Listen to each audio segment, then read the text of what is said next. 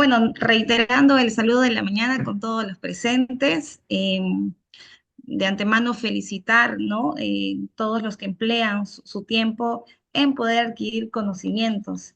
Y siempre he sido, pues, partícipe de que todos siempre tenemos algo que aprender, ¿no? Es más, quien agradecer, obviamente, la oportunidad de Audiápolis por poder permitirme poder compartir un poquito de conocimientos en mérito a este tema que es tan fundamental, incluso de mucho interés para todos los que trabajamos dentro del sector público en la oficina de abastecimiento o logística y también para las personas naturales o jurídicas que están interesados en poder contratar con el Estado. Bien, entonces, sin más preámbulo, vamos a iniciar con el tema del día de hoy, que es procedimientos de selección en mérito a la normativa de contrataciones del Estado, la sesión número 11.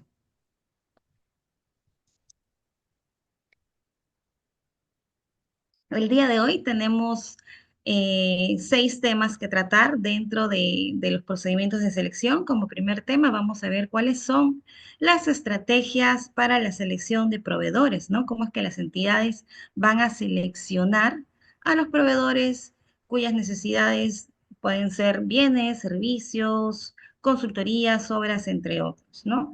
Acto seguido, vamos a ver cuáles son los métodos de selección, los tipos de procedimientos de selección que emplea una entidad para poder contratar.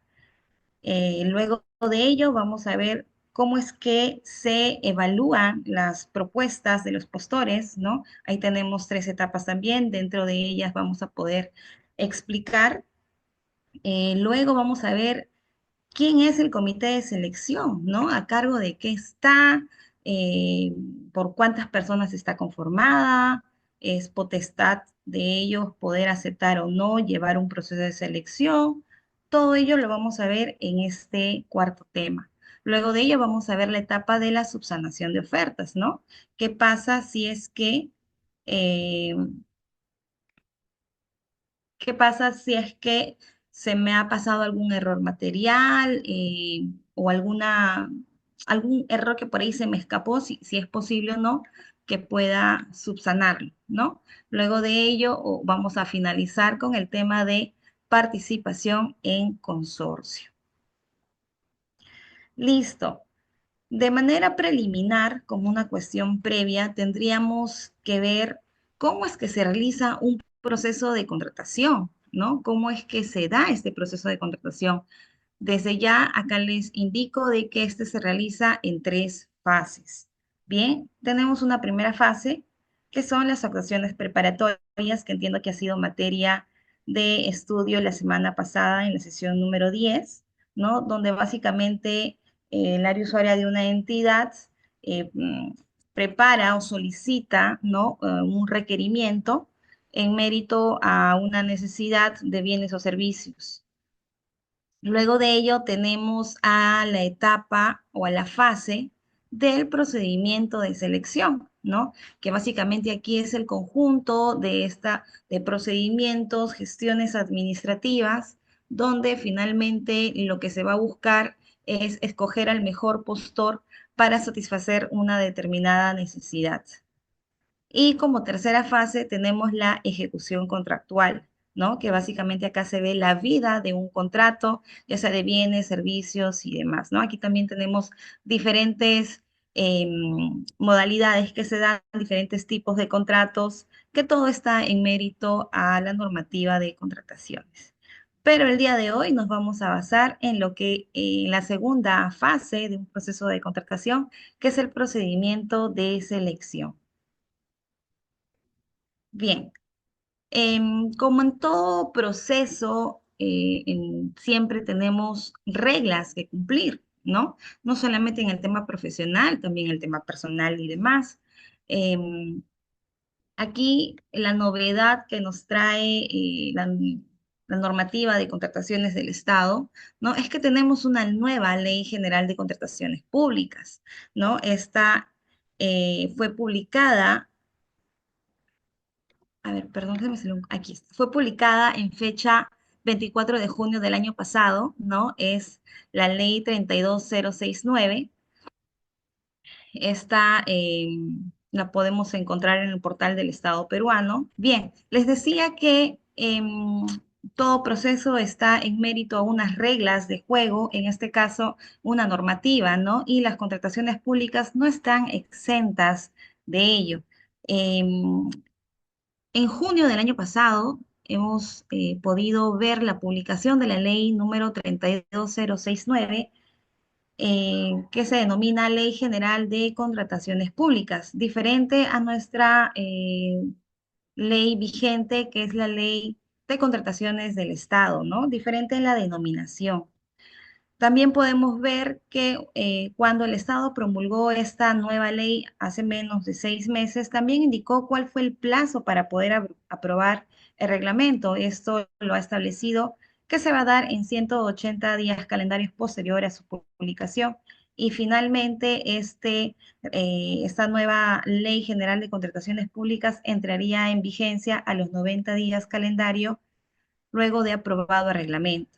Si lo vemos en fechas reales, estaríamos hablando más o menos en marzo del presente año, ya entraría en vigencia la nueva Ley General de Contrataciones Públicas. Bien, sin embargo, para efectos de la presente ponencia, nos vamos a regir a nuestra ley vigente, la Ley de Contrataciones del Estado y su reglamento. En la sesión anterior que pude estar con ustedes, pude ver que dentro de los asistentes tenemos también colegas abogados, ¿no? Y en realidad la mayoría que está presente aquí, que también entiendo que trabaja en el sector público, tenemos el día a día poder aplicar, ¿no? Normativas, directivas, internas y demás. De ello podemos deducir o entender que las normas, las leyes están para interpretarlas, ¿cierto? Entonces, en este caso, ya que próximamente vamos a tener una nueva ley general de contrataciones públicas, tendríamos que entender que el espíritu de la norma como tal no cambia. Lo que cambia pueden ser en cuestiones de forma, por ahí uno que otro fondo, ¿no? Eso va a ser en mérito a lo largo de todos los años que hemos venido teniendo experiencia en las diferentes entidades de nuestro país. Bien. La ley de contrataciones del Estado, la vigente, es la 30225, que fue emitida en enero del 2016. Tenemos un texto único ordenado de la ley en mención, que fue aprobado mediante Decreto Supremo 082-2019, ¿no? Y sabemos como toda normativa, pues, sufre ciertas modificaciones a lo largo del tiempo, ¿no? Las modificaciones vigentes, bueno, una de las últimas es la ley 31535 de julio del 2022. Como toda ley, tiene su reglamento, ¿no? Y nuestro marco legal es el Decreto Supremo 344-2018, ¿no? Desde enero del 2019. Asimismo, la última modificación que ha tenido se ha dado mediante Decreto Supremo 051-2024 en abril del año pasado. Bien, para poder entrar a nuestro primer tema del día de hoy, finalizando ya las cuestiones previas que todo está marcado en una normativa, vamos a ver cuáles son las estrategias para poder seleccionar los proveedores, ¿no? Pero antes de ello, tendríamos que recordar, porque entiendo que ya lo han llevado también, recordar quiénes están impedidos para poder contratar con el Estado, ¿no? Según nuestra normativa vigente, están impedidos de poder contratar con el Estado nuestras autoridades, ¿no? Desde nuestra presidenta de la República, los congresistas, los ministros, las autoridades políticas también, ¿no? Los gobernadores regionales, los alcaldes provinciales, distritales, incluso también los regidores, los consejeros, ¿no? Todo aquel que represente una autoridad. También se encuentran impedidos los parientes, ¿no? De esas autoridades hasta un segundo grado de consanguinidad. ¿Quiénes más se encuentran impedidos para contratar con el Estado? Las personas jurídicas vinculadas, ¿no? Cabe mencionar que no solamente por el hecho de ser una autoridad en propio nombre, como persona natural estoy impedido, no, sino también si es que tengo alguna empresa a mi nombre, también me encuentro impedido de poder contratar con el Estado. Y finalmente tenemos a las personas que han sido sancionadas, ¿no? Ya sea en índole penal, civil o administrativo. Bien, les mencionaba que en la ley que está publicada, la nueva Ley General de Contrataciones Públicas, que aún no se encuentra vigente, tiene ciertos cambios, pero en este caso vamos a ver el tema únicamente de forma. ¿Por qué? Porque ha establecido que en los impedimentos lo va a agrupar en cuatro grupos, ¿no? En el primer grupo están los impedimentos de carácter personal. En un segundo grupo se encuentran los impedimentos en razón de parentesco. En un tercer grupo, los impedimentos de personas jurídicas o por representación. Y finalmente, en el grupo 4 los impedimentos derivados de sanciones administrativas, civiles y o penales. Entonces, aquí podemos nosotros evidenciar de que básicamente es una innovación de forma más no de fondo. Bien. Otro punto clave para poder saber, o yo como entidad, cómo puedo seleccionar a los proveedores, tengo que verificar los requisitos, ¿no? Que cumplen las personas naturales o jurídicas para que puedan contratar con el Estado. Dentro de los requisitos, según nuestra normativa vigente, tenemos que se debe de contar con el Registro Nacional de Proveedores, el RNP, ¿no? También debemos verificar que no debemos estar inhabilitados, suspendidos o tener algún impedimento para contratar con el Estado, ¿no? Dentro de los cuatro grupos que se mencionó en la diapositiva anterior. Y también se debe de cumplir con los requisitos técnicos inherentes a la naturaleza del servicio o comercialización del bien.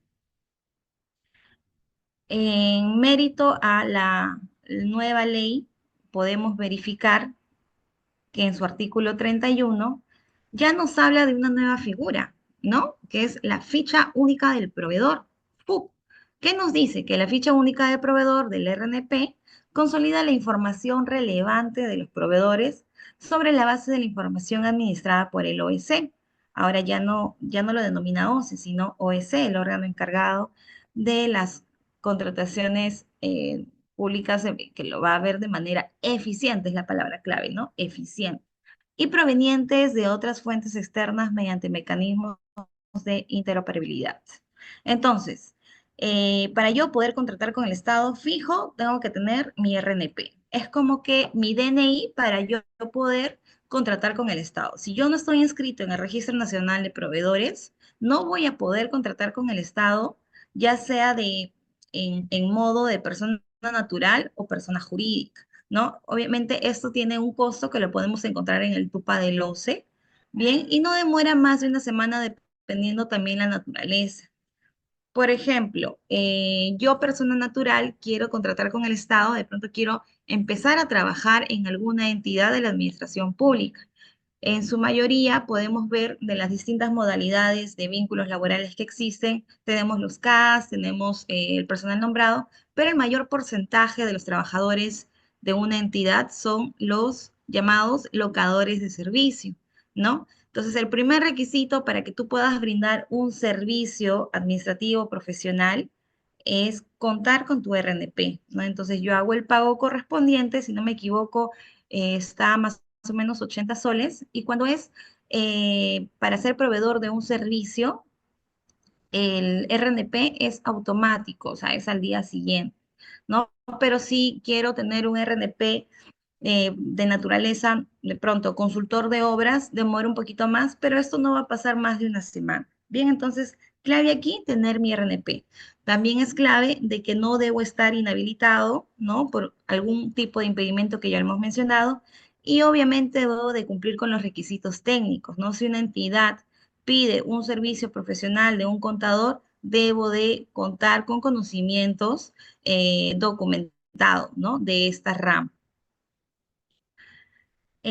Ahora sí, ya sabiendo quiénes están impedidos para contratar con el Estado, cuáles son mis requisitos para contratar con el Estado, aquí ya vemos una de las modalidades de selección de proveedores que toma una entidad, ¿no? Las más conocidas también, las contrataciones menores iguales a 8IT, contrataciones menores, ¿no? ¿Qué son estas contrataciones menores? Básicamente, estas contrataciones son cuyos montos sean iguales o inferiores a 8 UITs, ¿no? Y constituyen un supuesto excluido del ámbito de aplicación de la normativa de contratación. Esta va a permitir que las entidades definan las reglas de estas contrataciones como una herramienta para dinamizar su gestión administrativa. Bien, em, en el reglamento vigente tenemos ahí los supuestos excluidos del ámbito de aplicación y uno de ellos son las contrataciones menores o iguales a 8 UIT. Como un paréntesis, la 8 UIT, perdón, la UIT de presente año asciende al monto de 5.350, ¿no? Quiere decir que las 8 UIT no superarían el tope de 42.800, si no me equivoco.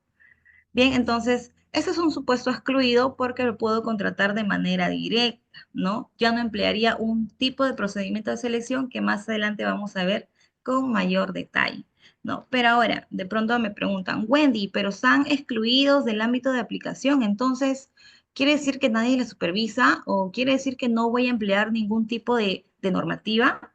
Bien, ahora lo vemos, ¿no? Eso me da pie para poder responder quién supervisa esas contrataciones menores, ¿no? Y ahí de pronto el logo ya les da una idea. Precisamente es el organismo supervisor de contrataciones del Estado que está encargado de supervisar estas contrataciones en lo que corresponde a este supuesto de exclusión, ¿no? Acá habíamos mencionado que está fuera del ámbito de aplicación de la normativa, sin embargo, se han dado casos o en su mayoría incluso las unidades de adquisición, que son oficinas parte que forman del abastecimiento de cada entidad, aplica de manera supletoria para ciertos casos la normativa de contrataciones y también puede aplicar de manera supletoria el Código Civil. Bien. Seguimos con las contrataciones menores. Es importante también tener en consideración, ¿no?, que va a ser indispensable el cumplimiento que rigen los principios de contratación pública. De pronto ahí tenemos los principios de libertad de concurrencia, de transparencia, eficiencia, economía, entre otros, ¿no? Es necesario también tener en consideración procedimientos ágiles que permitan a la entidad satisfacer de manera rápida y sencilla su necesidad, siempre y cuando no superen el monto de las 8 ITs, ¿no? Luego también se debe de desarrollar una indagación de mercado rápida que permita determinar la existencia de proveedores. Y aquí me detengo retomando el ejemplo anterior de un servicio de un contador, ¿no? Yo, la oficina de administración de una entidad, requiero contar con los servicios de un contador y obviamente el monto de esta contratación no va a superar los 40.000 soles. ¿Qué es lo que hago? Voy a hacer una indagación de mercado, un estudio de mercado, ¿no? Básicamente, esto radica en poder enviar vía correo electrónico solicitudes de cotizaciones y voy a escoger la que mejor me convenga en cuestión técnica y también en cuestión monetaria, ¿no? Recuerden siempre que la finalidad de estas compras públicas es poder usar de manera eficiente los recursos públicos del Estado. También debemos tener en cuenta que se puede aplicar directivas o disposiciones internas y o pueden aplicar, como ya les mencionaba, de manera supletoria la normativa de contrataciones y o el Código Civil, ¿no? En algunos ministerios suelen tener directivas internas para contrataciones de menores 8 IT, ¿no? Pueden poner el esquema de un término de referencia o el esquema de una especificación técnica, los plazos y cuestiones de índole interno que son aplicables únicamente para la entidad.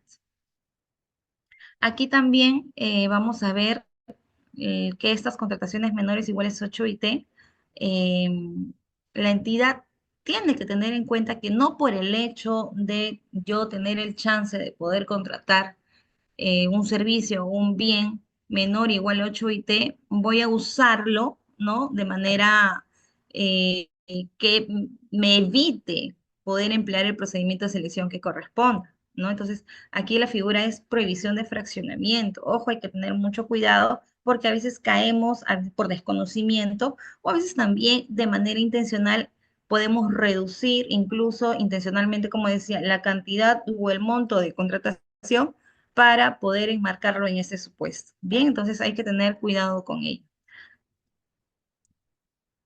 Ahora bien, ya vimos el tema de las contrataciones menores. Ahora correspondería ver la segunda estrategia que tiene una entidad para poder seleccionar sus proveedores y esto es por contrata, ¿no? Esto va a ser en mérito a la aplicación de la normativa de contrataciones. En nuestra ley 3225, dentro de su artículo tercero, están los métodos de contratación y para ser más específicos, en el artículo 21 ya nos habla de los procedimientos de selección. Nos indica de manera explícita, ¿no? Que una entidad puede contratar por medio de licitación pública, concurso público, adjudicación simplificada, selección de consultores individuales, comparación de precios, subasta inversa electrónica, contratación directa y demás procedimientos de selección de alcance general que contemple el reglamento. Los que deben respetar los principios ya mencionados, ¿no? Que rigen las contrataciones, los tratados o los compromisos internacionales que incluyan disposiciones sobre la contratación pública. Las disposiciones aplicables a los procedimientos de elección van a estar previstas en el reglamento.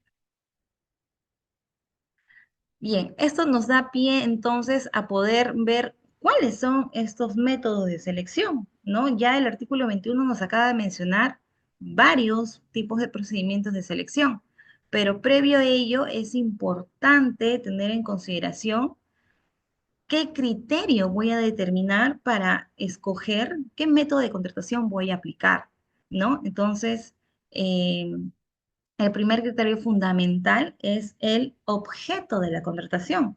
Yo, entidad, ¿qué deseo contratar? ¿Deseo contratar bienes? ¿Deseo contratar servicios? ¿No? Vamos a poner un ejemplo para poder entenderlo mucho mejor. Bien, Ministerio del Ambiente, a través de su órgano de CERNAN, requiere adquirir una flota vehicular para la vigilancia y cuidado de las áreas naturales protegidas por el Estado. Bien, entonces ya sé lo que voy a contratar. Deseo adquirir una flota vehicular, entonces mi objeto de contratación va referido a bienes. Pero si yo voy a contratar bienes, puedo usar licitación pública, puedo usar el método de adjudicación simplificada. Y es aquí donde entra el segundo criterio para yo poder determinar, definir qué tipo de procedimiento voy a usar. El segundo criterio viene a ser la cuantía de la contratación, el monto, cuánto tengo previsto en mi plan anual de contrataciones, en mi PAC, ¿no? Para poder comprar estos bienes, ¿no? Entonces, eh, para el presente año fiscal 2025, tenemos que, cuando vamos a emplear una licitación pública, va a ser por un monto mayor o igual de 5 millones, ¿no? Es el tope de este año, que más adelante vamos a ver por tipo de procedimiento. Mientras que una adjudicación simplificada va a ser menor a los 5 millones. Entonces, de allí yo ya más o menos voy a poder discernir qué tipo de procedimiento de selección voy a usar. En este caso, tengo bienes y el monto va a superar los 5 millones. Entonces, de todas formas, aquí voy a aplicar una licitación pública. No podría aplicar una adjudicación simplificada porque el monto, el tope, ya superó, ¿cierto? Entonces aquí es una licitación pública. Y un tercer criterio para yo poder determinar qué método de contratación voy a aplicar son las disposiciones normativas específicas que nos da el reglamento de contrataciones. Un claro ejemplo de ello es Perú Compras, ¿no? Que es aquel órgano que se encarga de realizar, de organizar, de conducir estas compras centralizadas, que las vamos a ver en un determinado procedimiento de selección. Bien.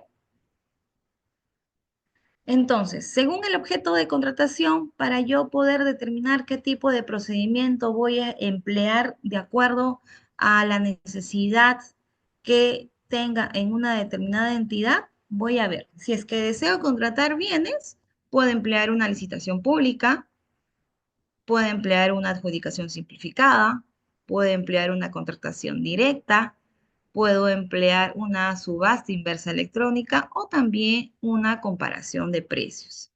En el caso de una contratación de servicios en general, puedo aplicar concurso público, puedo aplicar una adjudicación simplificada, Puedo aplicar una contratación directa, puedo aplicar una subasta inversa electrónica o una comparación de precios. Acá la diferencia va a radicar que cuando deseo contratar bienes, va a ser una licitación pública cuando sea el monto mayor, ¿no? Y cuando deseo contratar servicios en general, va a ser un concurso público, ¿no? Cuando tratemos los montos mayores, que ahora en la siguiente diapositiva vamos a ver los montos exactos.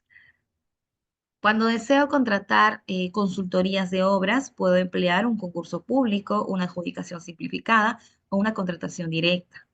Si es que lo que yo requiero es contratar consultorías en general, no consultorías de obras, sino consultorías en general, puede emplear concurso público, adjudicación simplificada, contratación directa o selección de consultores individuales.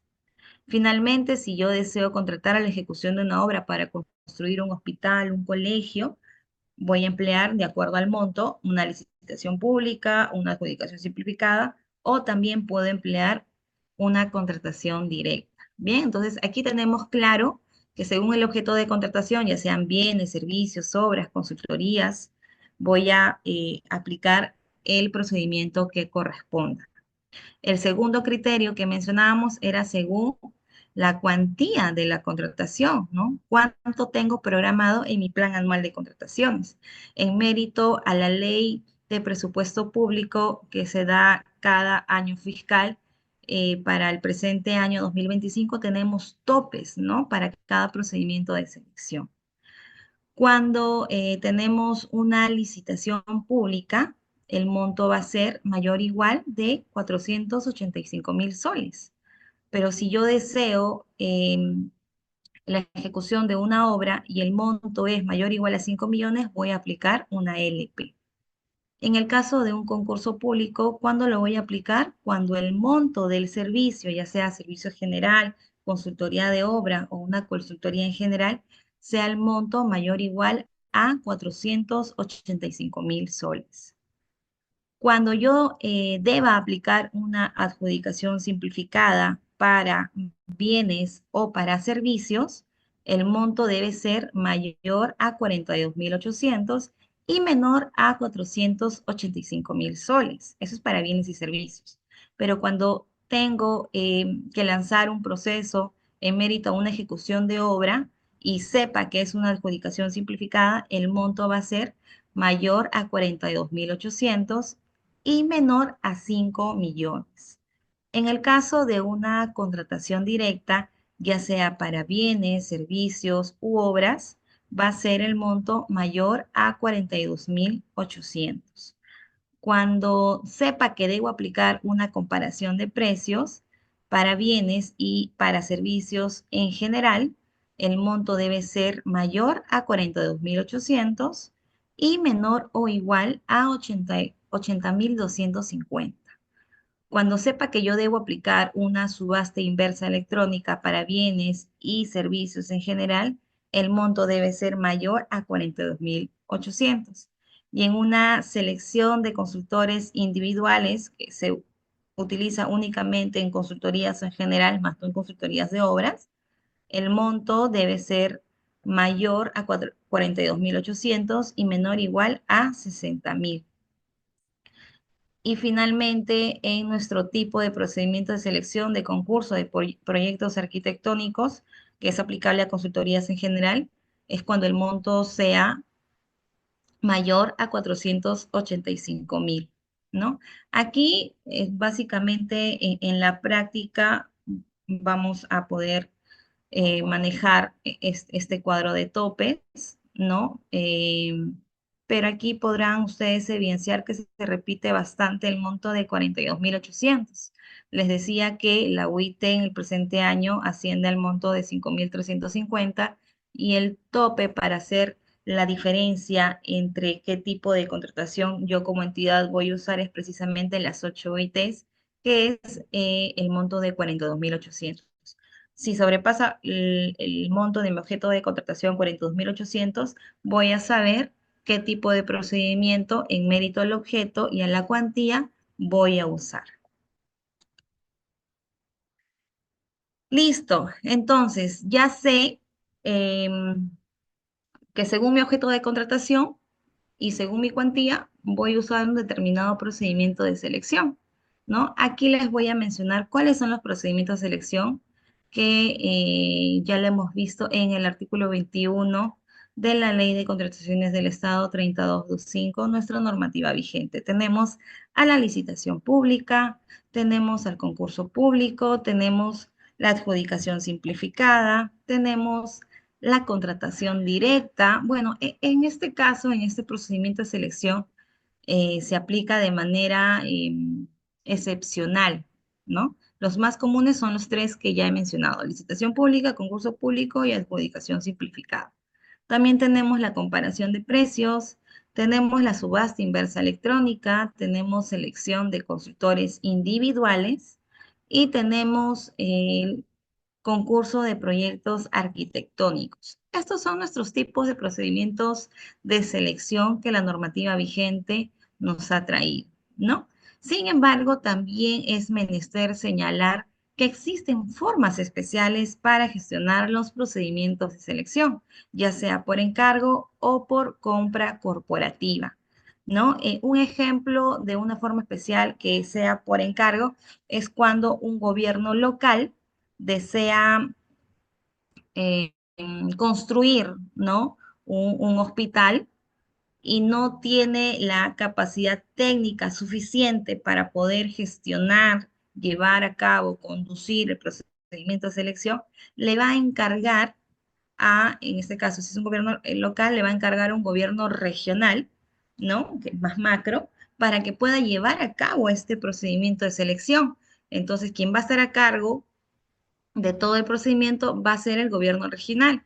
Y una vez que se otorgue la buena pro y su posterior consentimiento, va a trasladar todo el expediente, todas las actuaciones dentro del proceso de selección al gobierno local para que éste, ya teniendo el postor ganador, pueda continuar con la fase contractual, ¿no? Que sería el perfeccionamiento del contrato y finalmente el uso del hospital para la población. Bien, entonces aquí podemos ver el tema de un encargo. Otro ejemplo de encargo también, Corpac S.A., que se encarga de la administración de los aeropuertos de nuestro país, también tiene procedimientos de selección con alta complejidad, ¿no? Entonces, hay casos que Corpac S.A. Aeropuertos encarga los procedimientos de selección a un órgano superior, en este caso al OASI, que es un órgano ya de índole internacional que se encarga de hacer estos procedimientos de selección mediante un convenio, claro está, ¿no?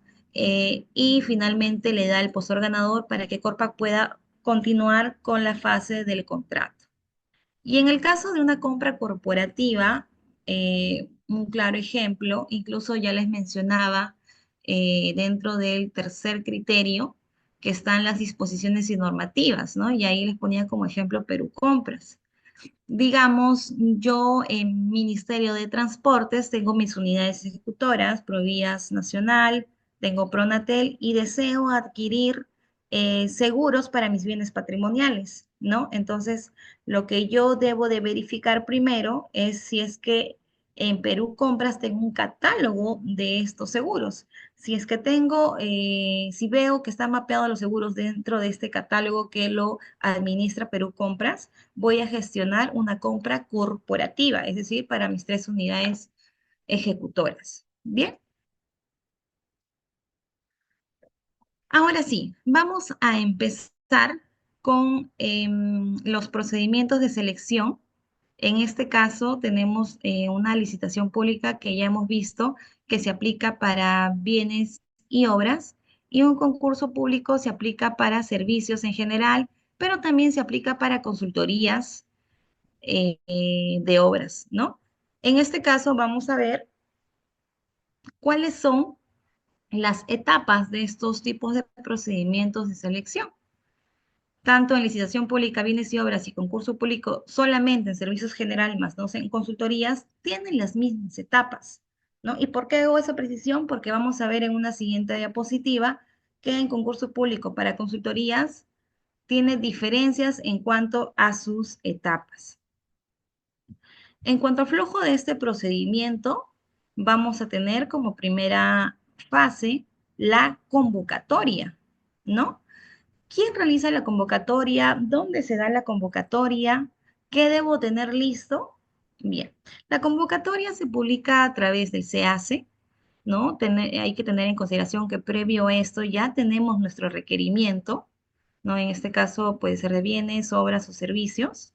Ya tenemos nuestro requerimiento efectuado por el área usuaria y encargamos, en este caso, sí o sí, a un comité de selección que se va a encargar de preparar toda la documentación y publicar la convocatoria para este tipo de contratación, ¿no? Cabe mencionar también que una vez publicada la convocatoria en el SEACE, también se publica un cronograma de las etapas que tienen plazos determinados, ¿no? Tienen fechas exactas.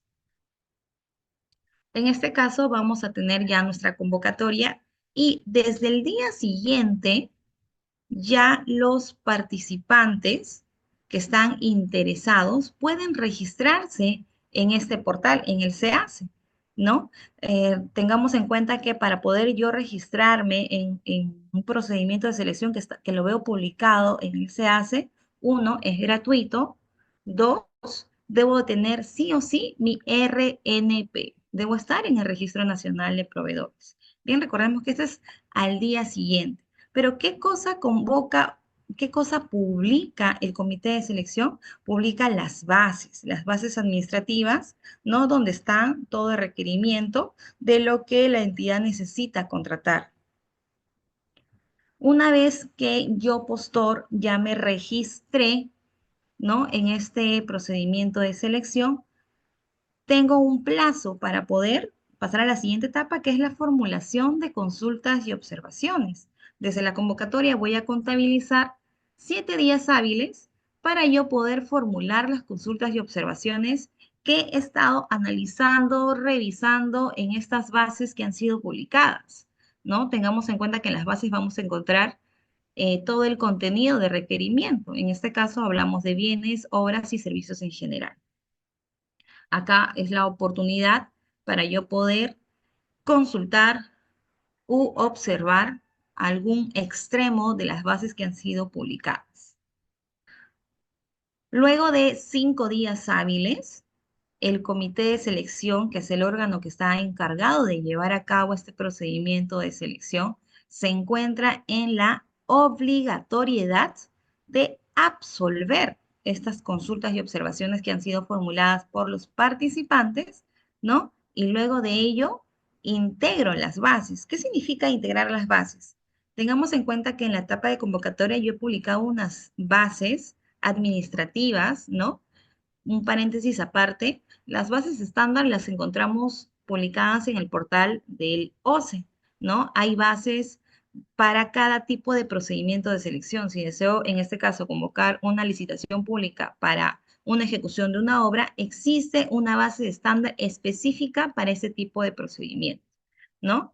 Entonces, cierro paréntesis, regresando a esta etapa de la absolución de consultas, el comité de selección está obligado a revisar todas las consultas y observaciones que han sido formuladas por los participantes a fin de absolverlas, ¿no? Como dato, voy adelantando, el comité de selección está conformado por 3 personas, sin embargo, puede pedir solicitar apoyo al área usuaria para responder alguna consulta u observación quizás de carácter técnico, ¿no? Con alta complejidad, requiero entonces consultar. Les había mencionado que desde la formulación a la solución tengo un plazo de 5 días hábiles. Sin embargo, es preciso mencionarles que la normativa de contrataciones no ha previsto un número de postergación de dichas etapas, ¿no? Quiere decir que si para ayer 10 de enero, pongo un ejemplo, estaba programado absolver en las consultas y observaciones y yo, comité de selección, estoy obligado a publicar este pliego de absolución, quizás por un tema de complejidad de las consultas o por un tema de alta carga laboral, puedo yo postergar esta etapa, ¿no? Puedo postergar para el día lunes, para el día martes, todo en mérito a días hábiles, más no día calendarios. Bien, aquí también es preciso señalar una excepción que se suele dar cuando el comité publica este pliego, así se llama pliego de absolución de consultas y observaciones, ¿no? Cuando los participantes revisan, yo tuve una observación en el punto 2 y no estoy satisfecho con la absolución, la respuesta del comité de selección, yo tengo la oportunidad para poder observar ello. ¿Y cómo lo hago? Mediante la figura de elevación de consultas, de elevación del pliego de consultas al OCE, ¿no? Recordemos que el OCE es el órgano supervisor de estas contrataciones del Estado.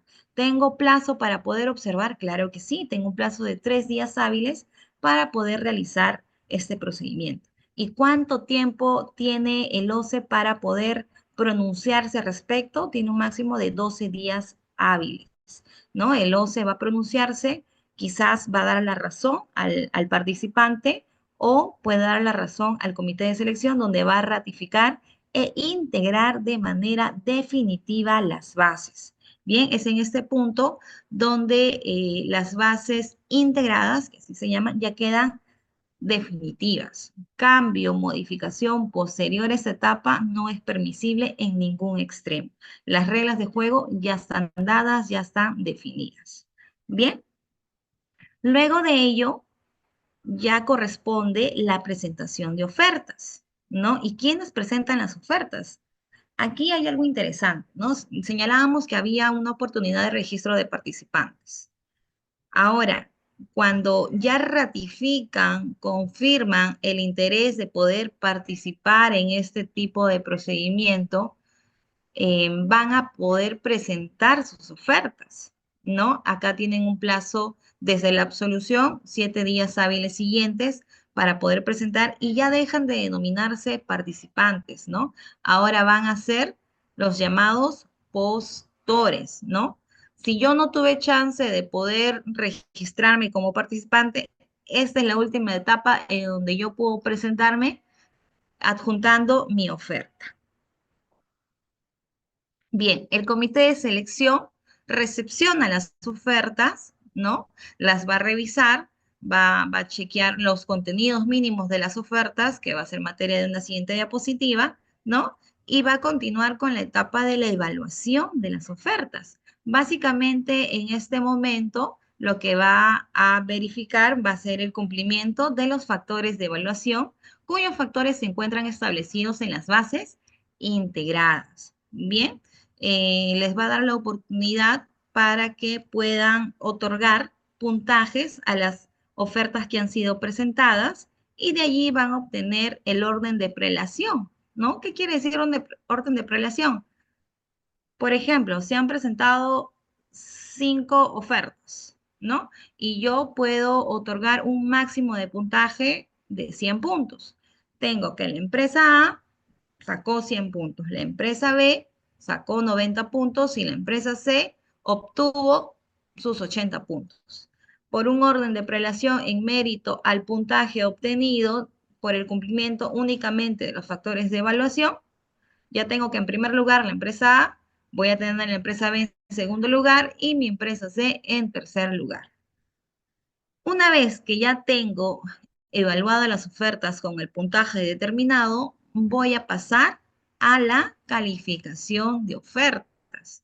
En este momento, básicamente, el comité de selección va a verificar el cumplimiento de los requisitos de calificación, ¿no? Aquí, básicamente, lo que van a ver va a ser el cumplimiento de las capacidades técnicas, capacidades legales, entre otras.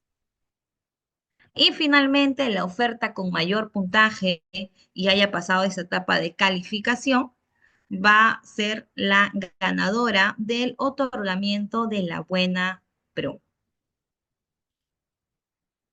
Ahora bien, para el caso de un concurso público, ya les mencionaba, puede ser en consultorías, servicios, pero en este caso vamos a ver lo que corresponde a consultorías en general y consultorías de obra, distinto a los servicios, ¿no? También va a iniciar con una convocatoria, va a tener su oportunidad de registro de participantes, formulación de consultas y observaciones, luego sigue la absolución de las mismas y la integración de bases, También tiene su etapa de presentación de ofertas y es aquí donde radica la diferencia, ¿no? En la anterior diapositiva, para licitaciones públicas, bienes y obras, y para concurso público en mérito a los servicios, primero, ¿qué es lo que hacía el comité de selección? Evaluaba, ¿no? Evaluaba las ofertas. En este caso, para un concurso público que va a ser para consultorías en general y consultorías de obra, primero va verificar el cumplimiento de los requisitos de calificación que van abocados al tema de capacidad, capacidad legal, capacidad en la experiencia del postor, entre otros. Y luego de ello, de la calificación, ¿no? Va a pasar a la etapa de evaluación de ofertas, que básicamente es la puntuación de acuerdo al cumplimiento de los factores de evaluación. Y finalmente a la mejor oferta va a ser la ganadora, ¿no? A la misma que se va a otorgar la buena pro. En este caso es similar al anterior en cuanto a los plazos. Bien, de convocatoria hasta la formulación tenemos un plazo de 10 días hábiles, para absolver 5 días hábiles y para presentar las ofertas 7 días hábiles. Aquí también puede darse la excepción cuando algún participante no está de acuerdo con el pliego de la absolución de las consultas y observaciones, puede elevarlo al OCE también y el mismo plazo va a poder darse, ¿no? 3 días para que yo pueda observar y 12 días hábiles máximo para que el OCE pueda pronunciarse.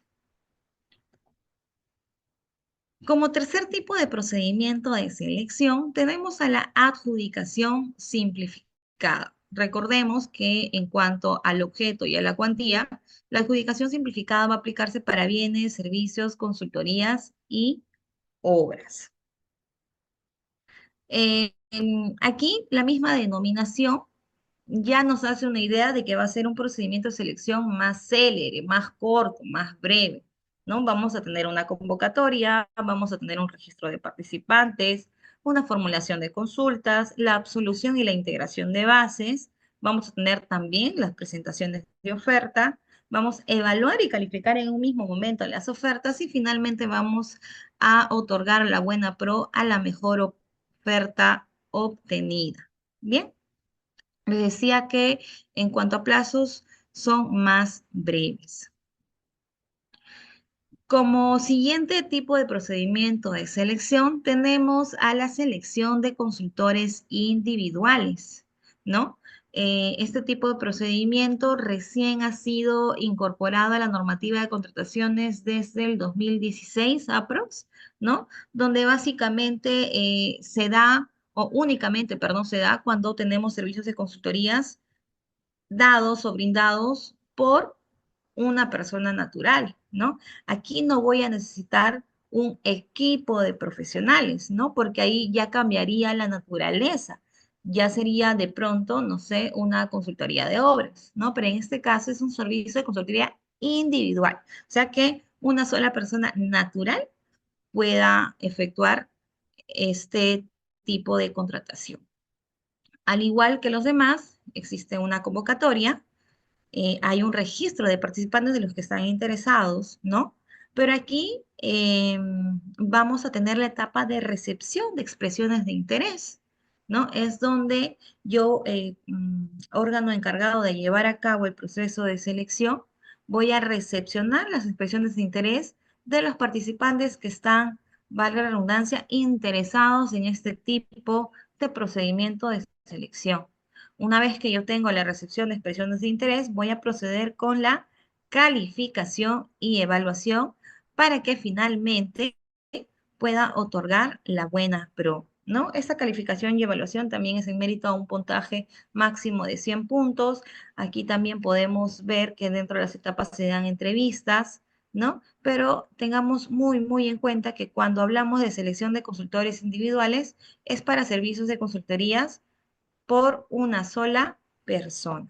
Bien, como siguiente procedimiento de selección aquí tenemos el de comparación de precios, que ya sabemos que por objeto es únicamente para bienes y servicios, ¿no? Entonces, los bienes y servicios en general, en este caso, deben ser de disponibilidad inmediata, fáciles de obtener en el mercado, ¿no? Se van a comercializar bajo una oferta estándar establecida en el mercado y que no se fabrican, no se producen, ni se van a suministrar o prestar siguiendo la descripción particular en específico dada por la entidad, ¿no?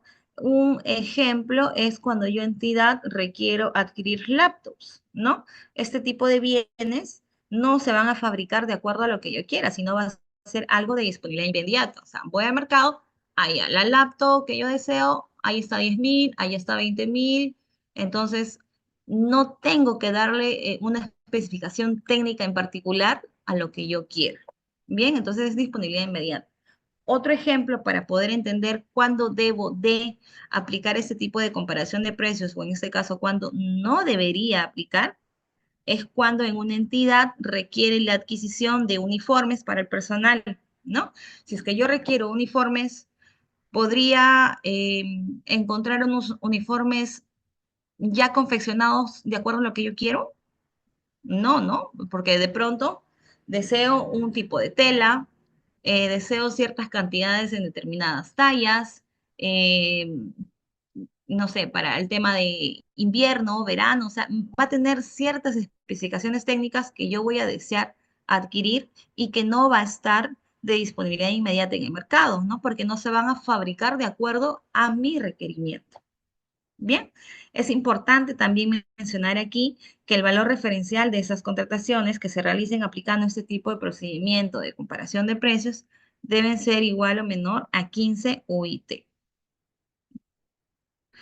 Como siguiente procedimiento de selección tenemos a la de subasta inversa electrónica, ¿no? Que son bienes y servicios, pero que aquí hay una particularidad, ¿no? Tenemos un listado de bienes y servicios comunes que son administrados por Perú Compras, ¿no? En este tipo de procedimiento de selección tenemos también en primer término, en primera instancia, una convocatoria, tenemos un registro de participantes, registro y presentación de propuestas.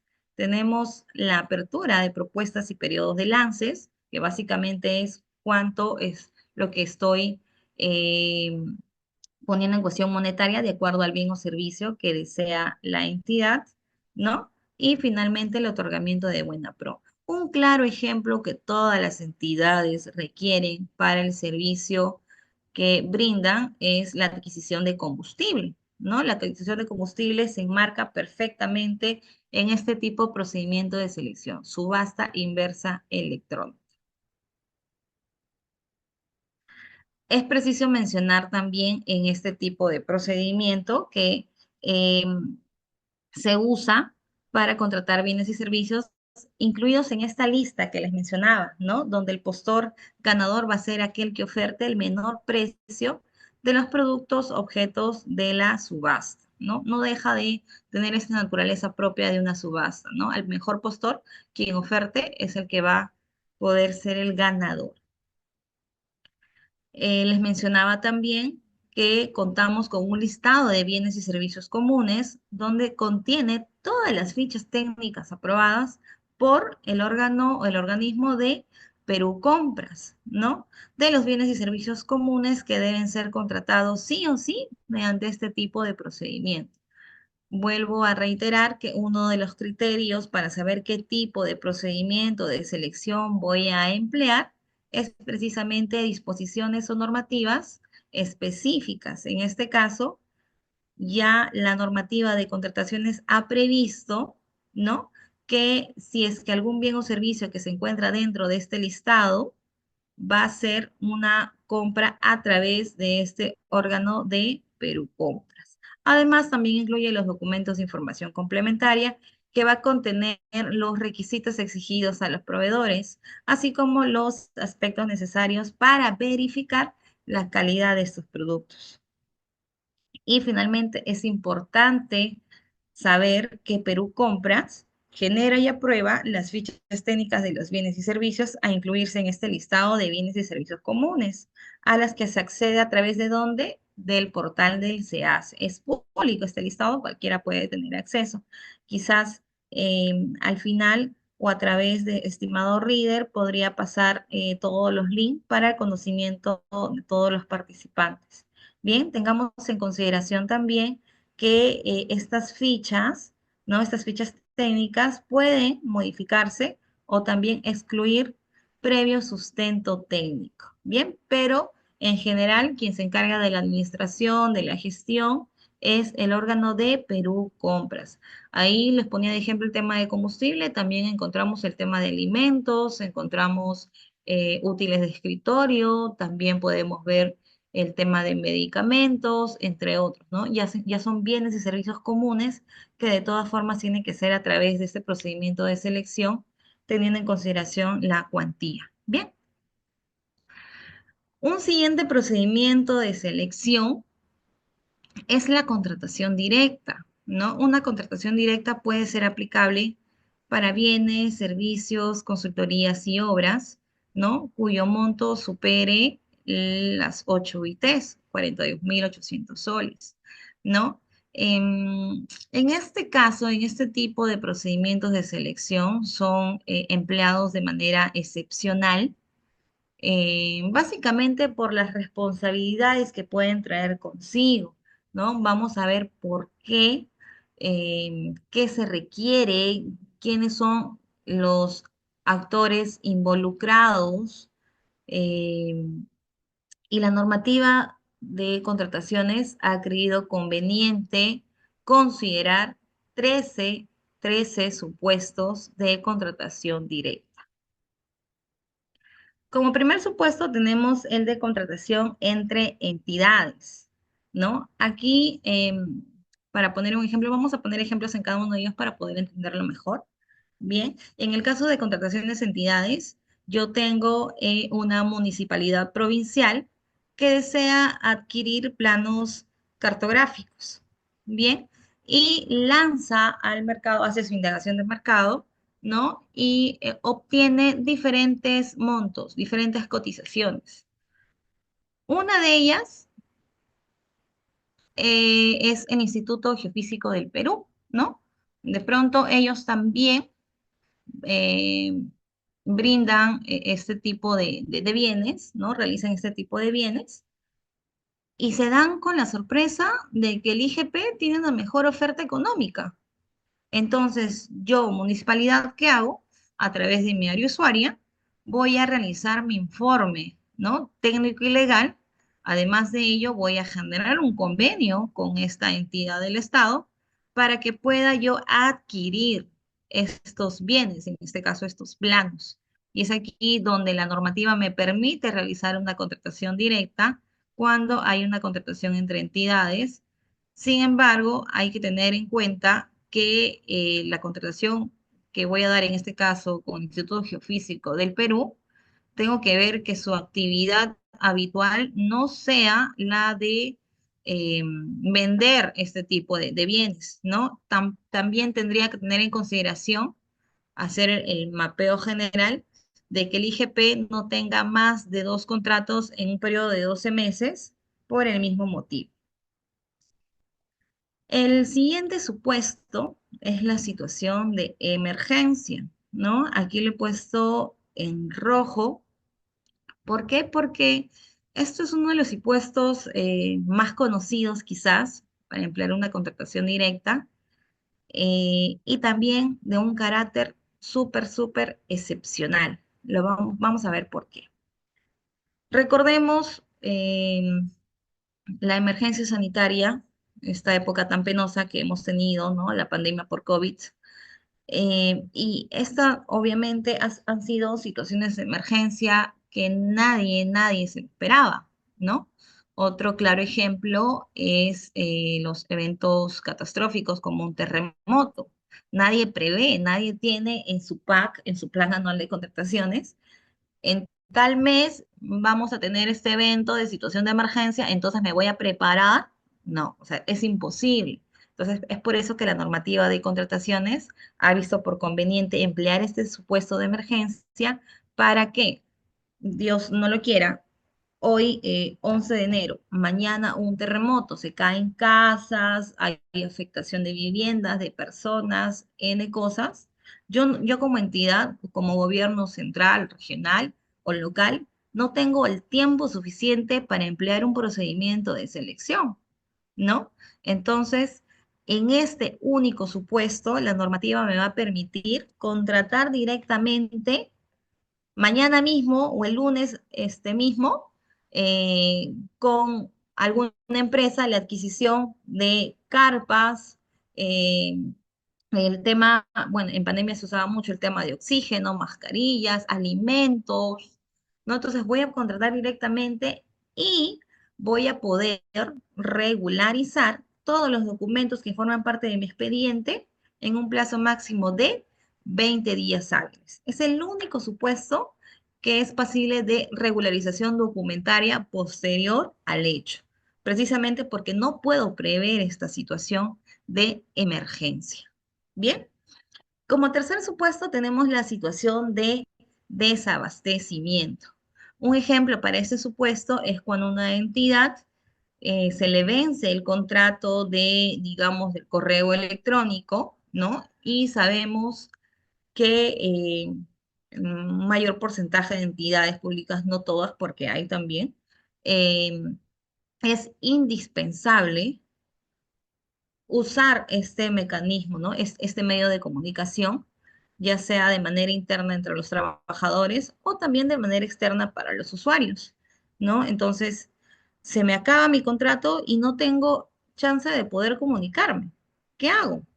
El área usuaria tiene que elaborar su informe técnico legal evidenciando, ¿no? Sustentando esta situación de desabastecimiento para poder contratar de manera directa este servicio de correo electrónico, el correo institucional de la mayoría de entidades de la administración pública.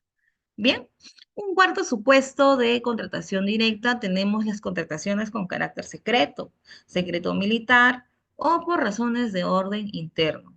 Aquí su mismo nombre lo dice, ¿no? Es cuando las Fuerzas Armadas, el Ejército, Marina, la FAP, la policía o el mismo Ministerio de Defensa, por razones estrictas de seguridad de Estado, no están en la obligatoriedad de poder publicitar, ¿no? Es cuestión de seguridad, es un carácter secreto. También la normativa ha previsto ese supuesto para que se pueda realizar una contratación directa. Otro de los supuestos es el proveedor único, ¿no? Es cuando yo necesito adquirir un bien o un servicio cuyo proveedor es único. Entonces, la normativa de contrataciones avisa por conveniente considerar ese tipo de supuesto. Un ejemplo es agrorural, ¿no? Parte de Midagri, es el único que está autorizado para dotar para poder el bien de guano de isla, ¿no? Quizás se me ocurre ahora, por ejemplo, para la policía antidrogas, estos instrumentos son específicos. De pronto solamente existe un proveedor, ¿no? Podría ser también un supuesto aplicable en contratación directa. Otro tipo de supuestos son servicios personalísimos, ¿no? Ya sea de carácter científico, médico, entre otros, ¿no? Aquí también me permite hacer una contratación directa. Un siguiente supuesto son los servicios de publicidad para el Estado, ¿no? Es básicamente cuando necesito difundir, ¿no? Y atraer mayor audiencia. Por ejemplo, yo, Ministerio de Salud, estoy en la campaña contra el dengue y necesito que a través de los canales televisivos de señal abierta se pueda publicitar que todas las personas deben de vacunarse contra el dengue, ¿no? Es un ejemplo.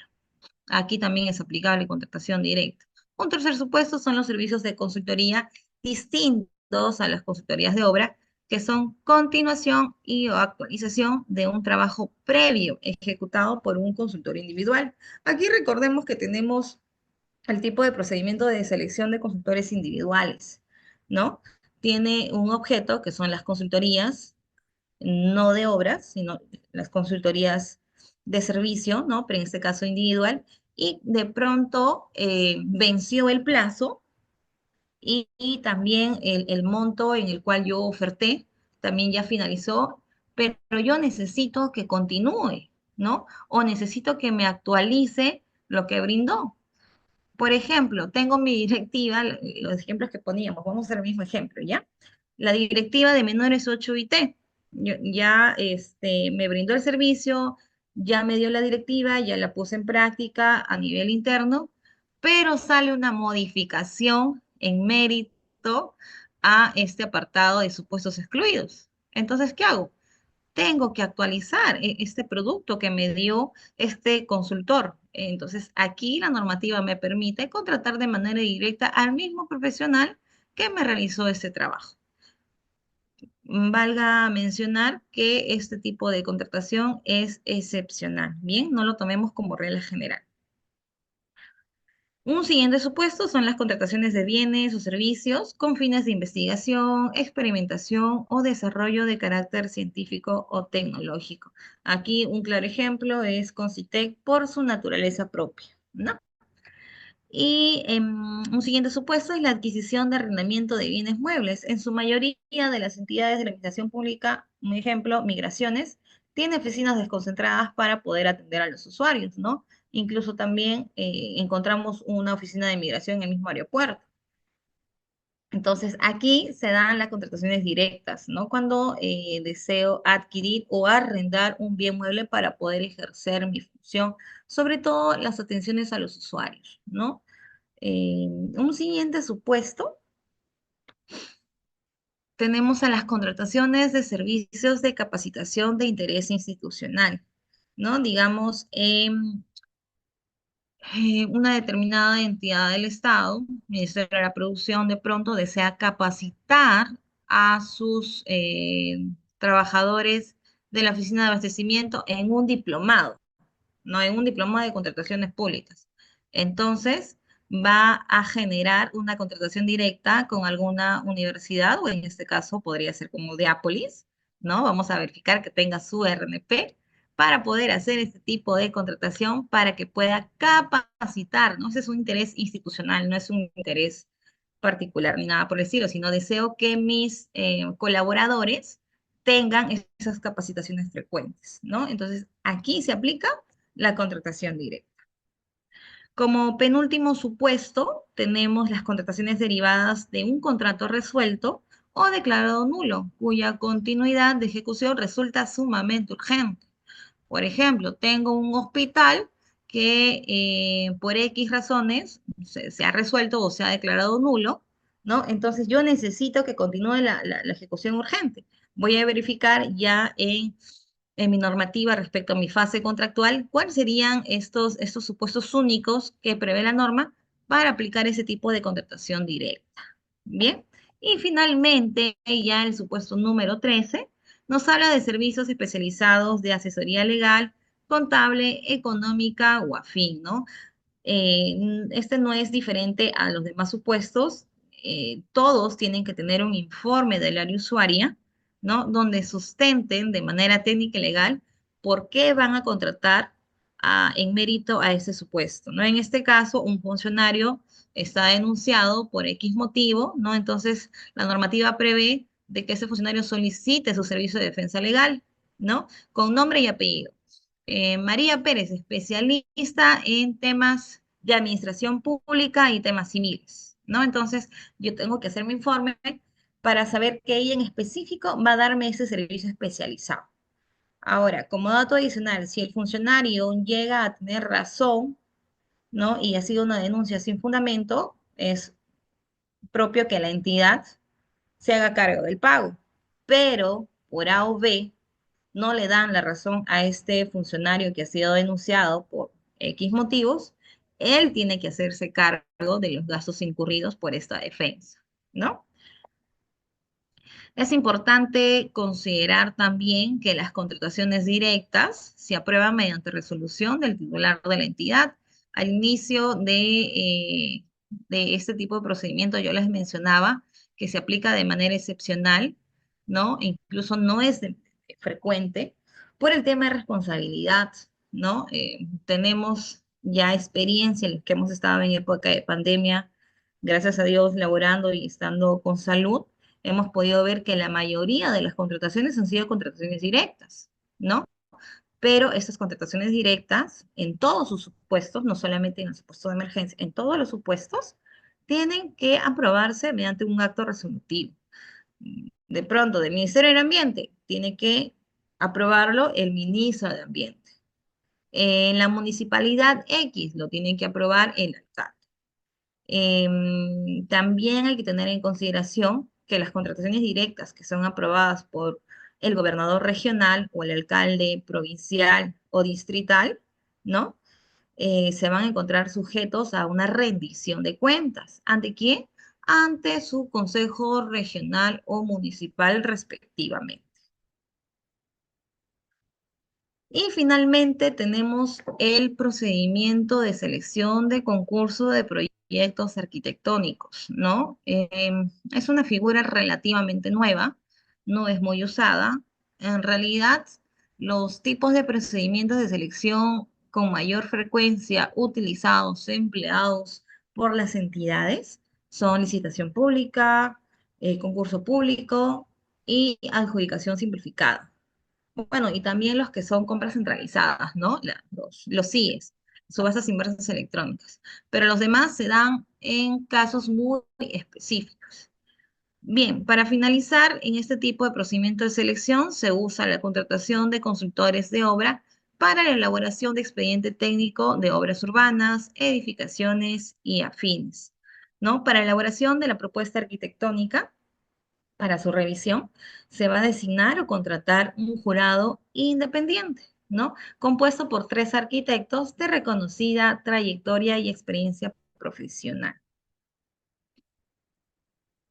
Bien, entonces, ya sabemos que la entidad tiene estas estrategias para seleccionar a sus proveedores, ¿no? Cuando se trata de contrataciones menores o iguales 8 IT y cuando superan este monto de las 8 IT, que en monto son 42.800. Sin embargo, en la nueva ley de contrataciones vamos a ver que las modalidades de esta contratación pública eficiente, recordemos que está publicada, más no está vigente hasta que no se apruebe el reglamento y no sea publicado. Bien, pero nos vamos a adelantar simplemente de manera general. Les voy a mencionar que la nueva ley ha creído conveniente agrupar los tipos de contratación pública eficiente. Uno, contratos menores. Dos, las compras centralizadas. Y tres, las compras públicas de innovación. Bien. Los procedimientos de selección según esta nueva Ley General de Compras Públicas ha visto por conveniente separar los procedimientos de selección en 2 grupos. El primero, los procedimientos de selección competitivos y el segundo grupo, los no competitivos. Dentro de los procedimientos de selección competitivos tenemos uno, licitación pública, dos, concurso público, no sufrió ningún cambio, vemos ahí. Donde vemos la innovación es las modalidades abreviadas y modalidades diferenciadas, ¿no? Dentro de las modalidades abreviadas tenemos una LP, el acrónimo de licitación pública abreviada, y un CP, de concurso público abreviado, ¿no? Y aquí podemos hacer el match con nuestra normativa vigente. En nuestra normativa vigente hemos visto que tenemos adjudicación simplificada, ¿no? Que básicamente eso se puede usar para bienes, servicios, obras, consultorías, ¿no? Dependiendo del monto, pero en este caso ya no se va a denominar adjudicación simplificada, sino licitación o concurso público abreviado, dependiendo de la naturaleza del objeto de la contratación. Y dentro de las modalidades diferenciadas tenemos el CIE, la subasta inversa electrónica, comparación de precios y los procedimientos del CPI, que son las de innovación, ¿no? Y dentro del segundo grupo ya tenemos a los no competitivos. Si ustedes pueden visualizar, acá tenemos entre entidades, situación de emergencia, proveedor único, servicios de publicidad estatal, servicio especializado para la defensa de funcionarios, entre otros. Aquí podemos evidenciar entonces que se refiere básicamente a los supuestos de qué tipo de contratación directa. O sea, no competitivos porque voy a contratar directamente con ellos, ¿no? Siempre y cuando tenga, nuevamente reitero, mi sustento técnico y legal. Bien, ya sabiendo los tipos de procedimientos de selección y de manera adicional de qué manera ha agrupado la nueva Ley General de Contrataciones Públicas, ya podemos pasar al tema de procedimientos de evaluación, ¿no? ¿Qué cosa evaluamos? ¿Cómo evaluamos? ¿Qué determino? ¿Qué no determino? Para ello es importante considerar que tenemos una primera etapa de admisión, ¿no? Tenemos una etapa de admisión donde básicamente vamos a verificar si la oferta presentada por los, ya no se llaman participantes, sino se llaman postores, una vez que ratifican su interés de participar en cualquier tipo de procedimiento de selección, cumple con los requisitos mínimos o con el contenido mínimo que está establecido ¿dónde? Uno, en las bases ya integradas, ¿no? Porque acá ya estamos hablando desde la etapa de presentación de ofertas para la evaluación, ¿cierto? Entonces, ya tengo mis bases integradas, ya tengo mis reglas definitivas del juego, ya no voy a poder cambiar en ningún extremo.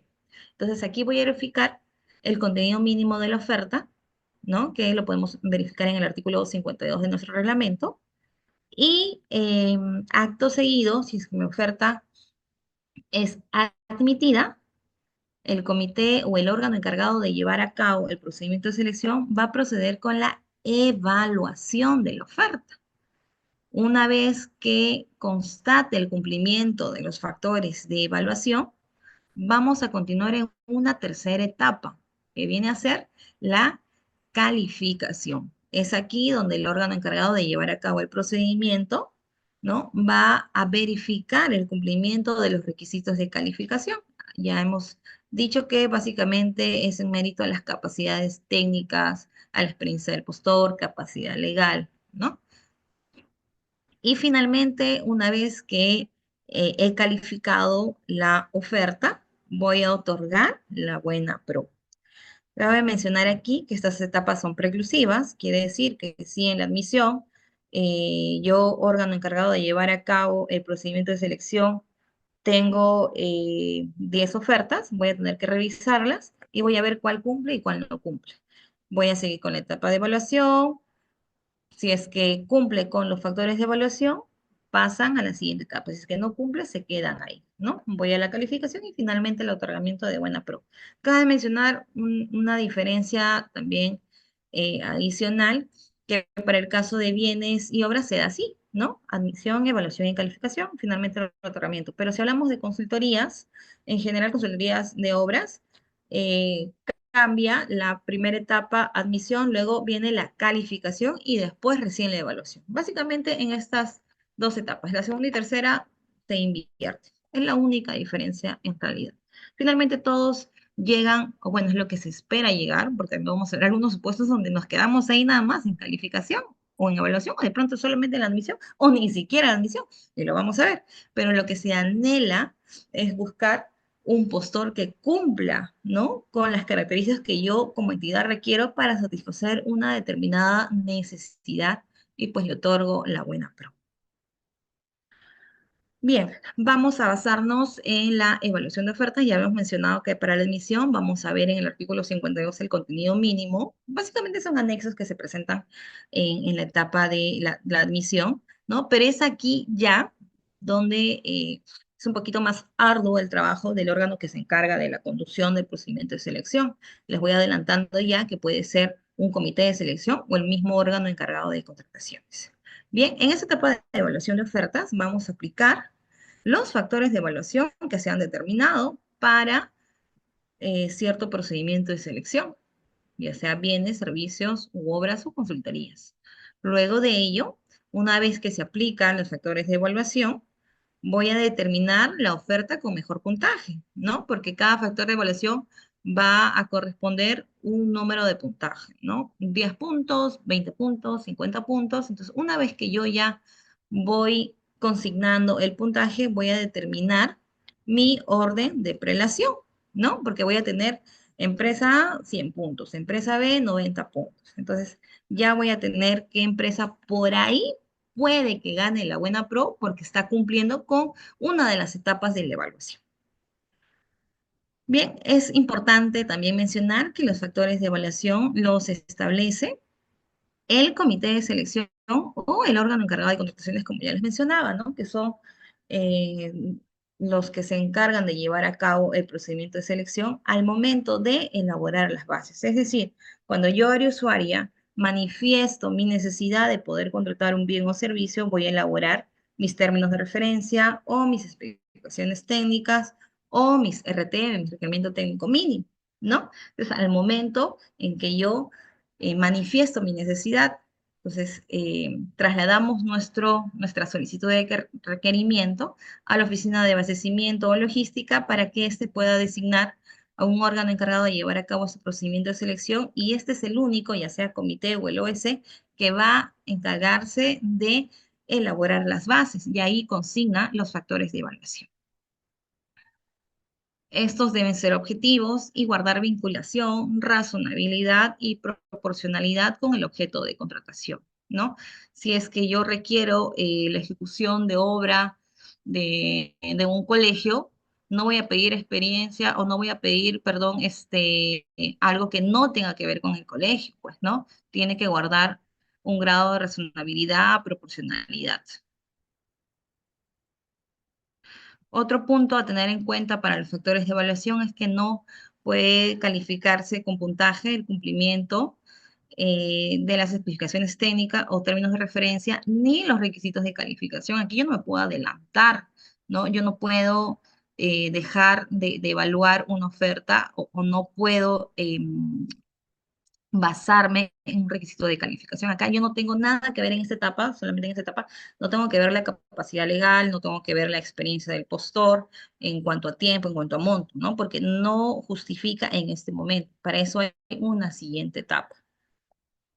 Y finalmente, en el resumen ejecutivo que forma parte del expediente de contratación, ¿no? Se pueden proponer algunos factores de evaluación, como por ejemplo, plazo de entrega, garantía o mejoras al ACT o los términos de referencia.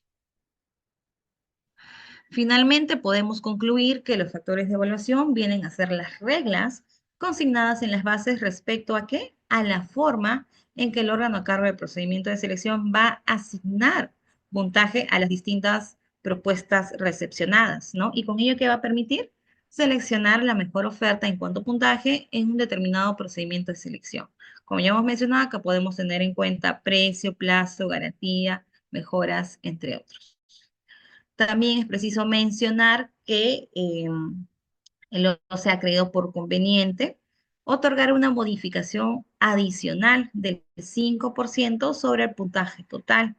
¿Cuándo? ¿Por qué? ¿Cómo? Esto va a ser a solicitud de los postores que acrediten documentalmente, ¿no? Que tienen la condición de micro y pequeña empresa. Bien, entonces a esto se les va a otorgar una bonificación del 5% sobre el puntaje total. Calificación de ofertas.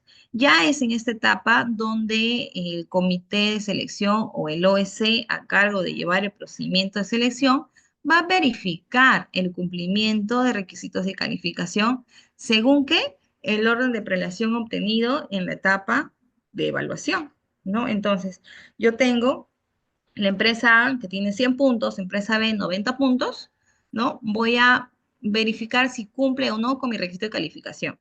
Si la oferta A cumple con la calificación, pongo en mi cuadro de mapeo, yo siendo órgano de pronto comité de selección, voy a poner sí califica. La empresa B no califica. Entonces ya voy viendo quién pasa ya para la siguiente etapa, ¿no?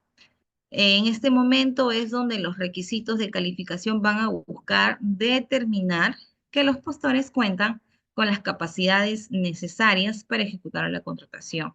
Estos deben ser acreditados documentalmente. Aquí ya nos da la palabra clave de capacidades. Estos requisitos de calificación se van a agrupar de la siguiente manera. Uno, capacidad legal.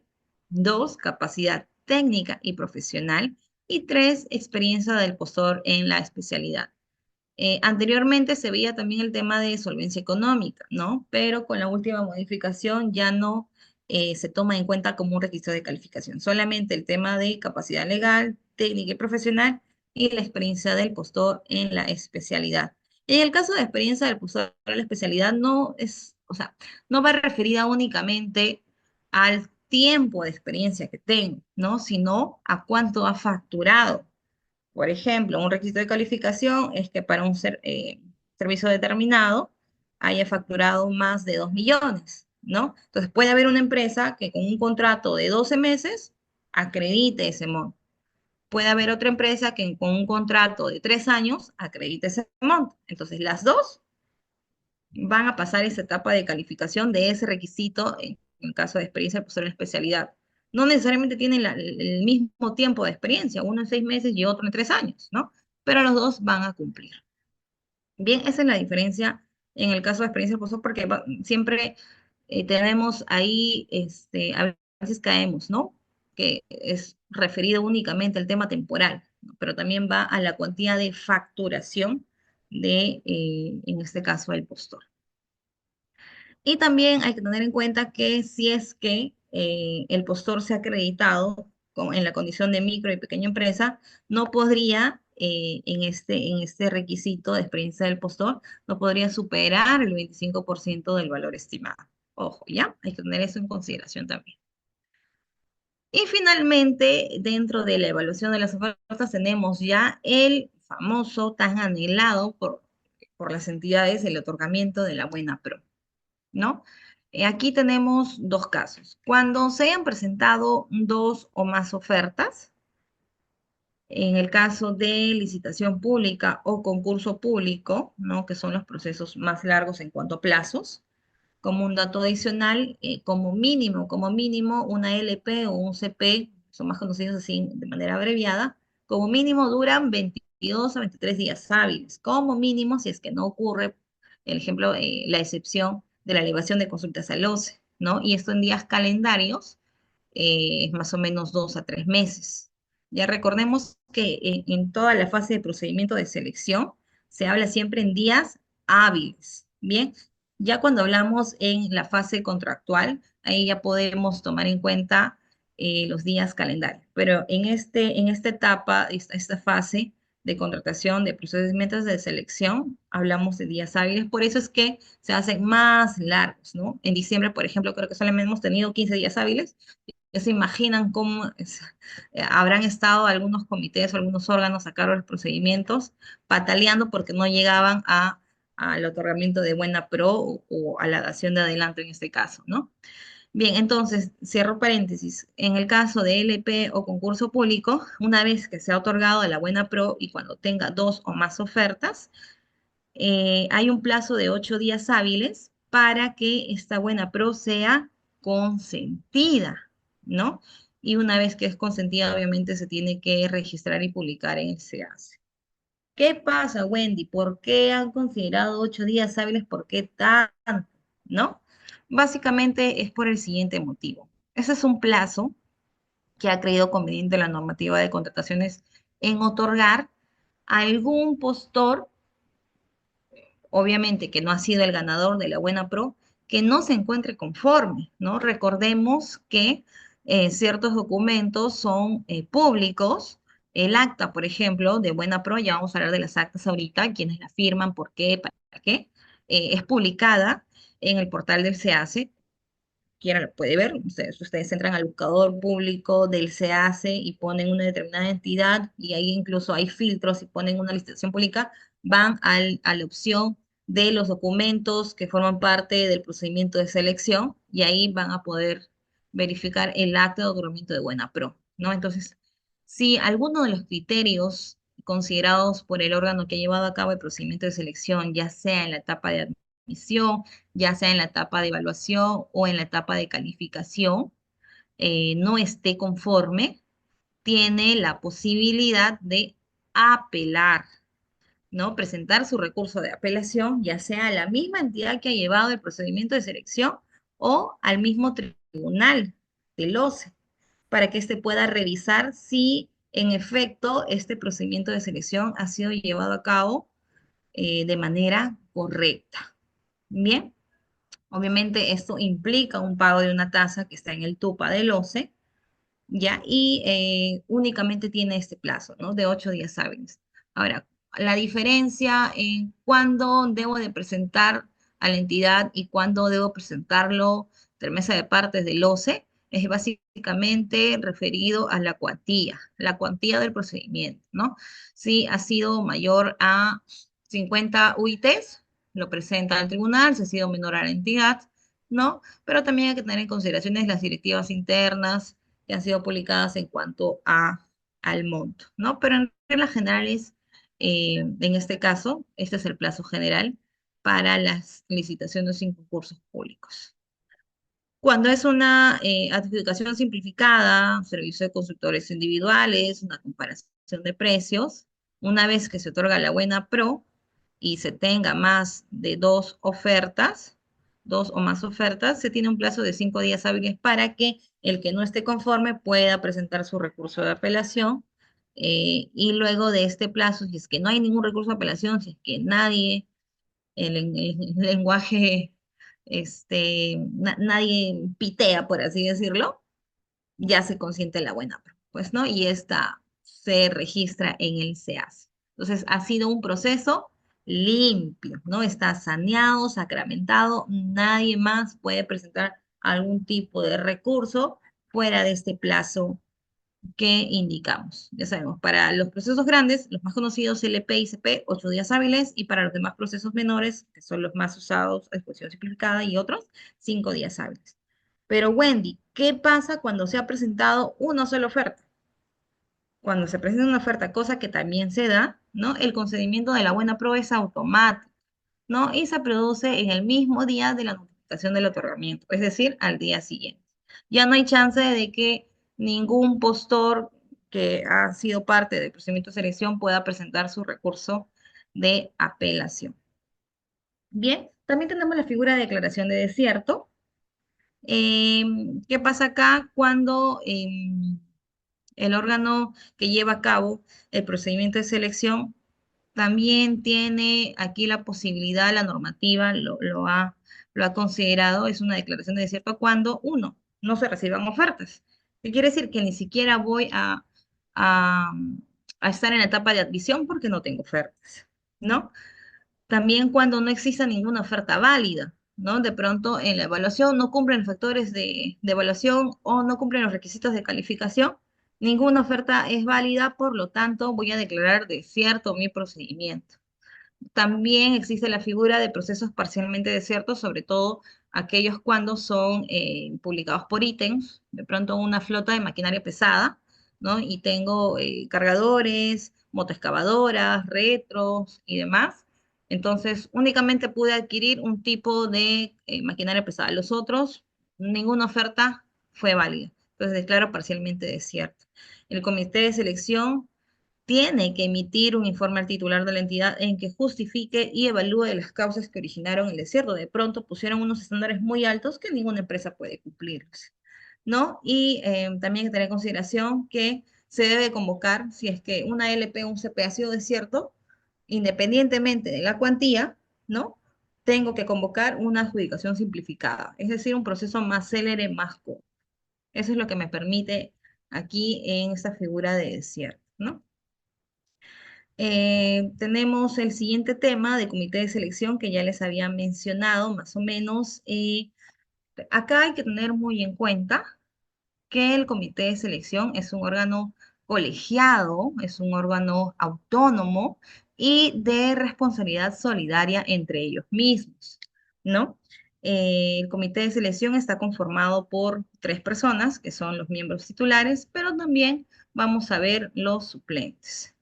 Bien, cuando yo tengo una contratación de bienes y servicios, voy a tener que, de los 3 miembros, que ya les mencionaba, de los 3 miembros del comité de selección, al menos uno debe pertenecer al OEC, que es el órgano encargado de contrataciones, ¿no? Y el segundo miembro tiene que tener conocimiento técnico en el objeto de la contratación.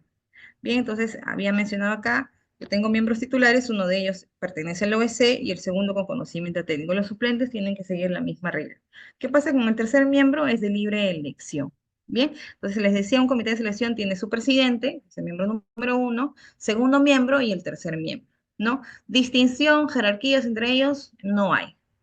Bien, el comité de selección, la figura como tal, la podemos encontrar en nuestro reglamento, desde el artículo 43 hasta el 46. Cuando yo tengo que contratar obras, consultorías en general y consultorías de obras, de los tres miembros, ya sea titular o suplente, uno de ellos tiene que ser del OEC, tiene que tener el conocimiento logístico, y los dos restantes, el segundo miembro y tercer miembro, tienen que tener conocimiento técnico. Bien, recordemos aquí que una de las etapas de los procedimientos de selección es precisamente la absolución de consultas y observaciones, ¿cierto? Entonces, algunas tienen alta complejidad, ¿no? Y precisamente para eso requiero miembros con conocimiento técnico. Aquí ya me adelanté a una de las preguntas que quería lanzar, ¿no? ¿Qué implica tener conocimiento técnico en el objeto de la convocatoria?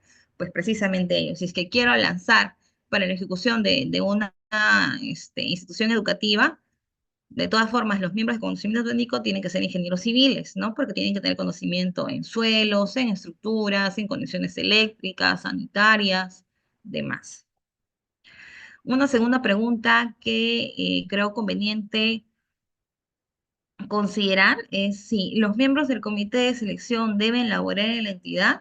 Por supuesto que sí, tienen que tener un vínculo con la entidad, ¿no? Entonces, si es que no llego a tener el personal altamente calificado, tengo la opción de poder contratar. Y si pese a ello no puedo, ya sabemos cuál es la otra figura, ¿no? Entonces, se abstiene la entidad de poder realizar el procedimiento de selección y le encarga a otro. Pero en primer término, sí deben elaborar en la entidad y en el caso de los prestadores de servicio, los locadores de servicio, en sus términos de referencia debe indicar explícitamente, ¿no? Formar parte del comité de selección cuando la entidad lo requiera.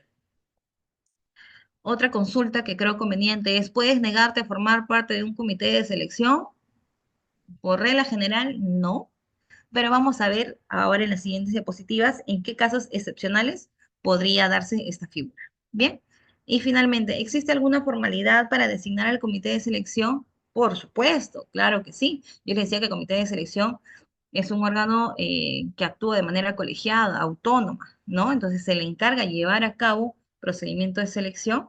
Ya desde ya les voy adelantando que para una licitación pública o un concurso público, de todas formas, quien lleva a cargo no es el OEC, sino es un comité de selección. ¿Y cuál es la formalidad? A través de un documento que lo emite ya sea la máxima autoridad administrativa o el funcionario que se encuentre delegado, con un acto resolutivo, claro está, para que pueda comunicar a María Pérez, que ha sido designada como miembro del comité de selección para la LP número 10 del año 2024, de X ministerio. Bien, entonces sí o sí tiene que haber una comunicación por escrito. Esa es la formalidad para poder designar el comité de selección. Aquí están las figuras de renuncia o remoción del cargo, o sea, pueden ser removidos por caso fortuito o fuerza mayor, por cese en el servicio, por conflicto de intereses u otra situación justificada mediante documento debidamente motivado, ¿no? De pronto se me ocurre, y me ha pasado en alguna entidad que he elaborado, que uno de los miembros del comité de selección, precisamente con conocimiento técnico, que son los más buscaditos, no podía llevar a cabo o continuar dentro del comité de selección, porque una de las empresas que se había presentado, este miembro de comité de selección la conocía, incluso había laborado, ¿no? Pero hace muchos años, igual, ahí se evidenciaba un conflicto de intereses. Menos mal que se ha apelado a su buena fe, ¿no? Y a su valor de honestidad, porque él mismo puso en conocimiento, y en realidad es así. Es el mismo integrante del comité de selección quien debe actuar con probidad, honestidad, eficiencia, transparencia, ¿no? Porque no puede evidenciarse un conflicto de intereses. ¿Por qué? Porque el comité de selección, vuelvo a mencionar, son responsables de llevar a cabo un correcto procedimiento de selección, ¿no? Y también no podría renunciarse al cargo, salvo exista este conflicto de intereses que les menciono, y obviamente tiene que estar debidamente sustentado, no simplemente porque se me ocurre, no quiero llevar porque es mucha responsabilidad y demás, no, tiene que ser debidamente sustentado, ¿no? Acreditado documentalmente. Eh, la prohibición, el impedimento para hacer un comité de selección es claro, la norma lo ha previsto, el titular de la entidad no podría ser comité de selección, los funcionarios con atribuciones de control y fiscalización tampoco pueden ser miembros de comité de selección, ni tampoco los funcionarios que aprueben por delegación el expediente de contratación, las bases o la autoridad que designe quién va a ser el comité o resuelva hacer las apelaciones, ¿no? Las que hemos mencionado ya. Entonces, están terminantemente prohibidos ser comités de selección estos tres grupos de personas. Dentro del quórum, como les decía, el comité de selección lo podemos ver de manera muy detenida en nuestro reglamento de contrataciones y específicamente en el numeral 46.2 nos habla del quórum, ¿no? Yo les decía ya de manera resumida por cuestiones de tiempo eh, que el comité de selección lo conforman tres personas, ya el quórum para que funcione el comité de selección debe ser con la presencia del número total de los integrantes. Si es que vuelvo a mencionar, María Pérez no puede sesionar y ella es titular, es presidente, va a solicitar, ¿no? Y va a solicitar el reemplazo, o sea, va a llamar a su suplente para que pueda sesionar. Recordemos que el comité de selección tiene que sesionar con el número total de los integrantes, ¿no? Obviamente que cuando un titular no puede, tiene también que acreditarlo de manera documental. Los acuerdos que se toman en el quórum, cuando sesiona el comité de selección, son por unanimidad, o sea, que los tres estén de acuerdo, o por mayoría, pero en ningún caso pueden abstenerse, ¿no? Digamos, consultan, están en su sesión de evaluación, ninguno de ellos puede decir, yo me abstengo. No, tiene que manifestar su voto. Si es disconforme, también lo tiene que manifestar. Eso me da pie precisamente al punto de acuerdos. ¿Por qué? Porque los acuerdos que adopte el comité de selección y los votos discrepantes, por ejemplo, el que no está, de los tres, uno no está de acuerdo, tiene que fundamentar por qué no está de acuerdo y debe de constar en actas que están suscritas por los mismos integrantes, ¿no? Estas actas son las que se incorporan al expediente de contratación.